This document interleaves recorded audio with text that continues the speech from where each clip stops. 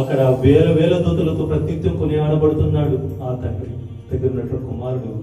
ఆ కుమారుడే నీ కొరకు నా కొరకు ఈ లోకంలోని ఒక గాడిద మీద కూర్చుని, దీనుడే ఈ గాడిద మీద కూర్చుని నిన్ను నన్ను కూడా విడిపించడానికి ఈ లోకానికి వచ్చి ఉన్నాడు. క్రైస్తవ సమాజము అది ఆలోచిస్తూ ఉన్నదా? క్రైస్తవులు చెప్పుకుంటూ వెళ్ళిపోతున్నాం అంతే. ఆ రోజుతో కేకలు వేశారు, జయమని చెప్పారు, తర్వాత ఆయనను వదిలేశారు. వెనక దాని ముందు కానీ ఎవ్వరు కూడా ఆయన కూడా రాలేదు కదండి. అటువంటి పరిస్థితుల్లో ఉన్నటువంటి ప్రజల గురించి ఆయన ఎంతో తగ్గింపు తీసుకుని వచ్చి ఉన్నారు కదండి. అయితే 4వ విషయం చూద్దాం.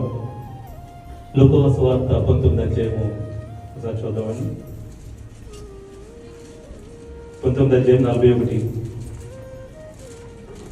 ఆయన పట్టణంలోకి సమీపించినప్పుడు దానిని చూసి దాని విషయమై ఏడ్చి, నీవును ఈ దినమందైనను సమాధాన సంబంధమైన సంగతులు తెలుసుకొనిన ఎడల నీకెంతో మేలు గాని ఇప్పుడు అవి నీ కనులకు మరుగు చేయబడి ఉన్నవి అని చెప్తూ ఉన్నాడని. ఆయన దేని చూసి ఆయన కన్నీరు పెట్టుకున్నారండి? యెరూషలేము పట్టణం. ఎందుకంటే అప్పటి వరకు చాలా అందంగా ఉంది కదా, చాలా బాగుంది కదా, దేవుని స్తుతిస్తూ ఉంది కదా, మహిమపరుస్తూ ఉంది కదా, సంతోషంతో సమాధానంతో ఉన్నది కదా.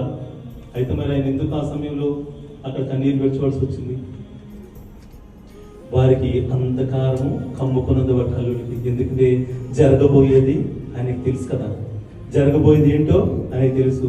అది ఆలోచన చేసి ఈ ప్రజలు నన్ను పెదవులతో స్తుతిస్తున్నారు కానీ హృదయపూర్వకంగా నన్ను నా వైపు తిరిగి రావట్లేదు. నా వైపు తిరిగి వస్తే వీరికి మేలు, తిరిగి రావట్లేదు కాబట్టి వీరికి శ్రమ అని చెప్పేసి, యెరూషలేము పాడైపోయిన దిబ్బ, అక్కడ రాయి మీద రాయి నిలవబడదు అని ఆయనకి తెలుసు కాబట్టి ఆయన దాన్ని చూసి ఎంతో అందమైన పట్టణం, దేవునికి ఆశీర్వదించబడిన పట్టణము ఈ విధంగా పాడైపోతుందని ఆయన కన్నీరు పెట్టుకున్నట్టు మనం అక్కడ చూస్తూ ఉంటున్నాం కదా.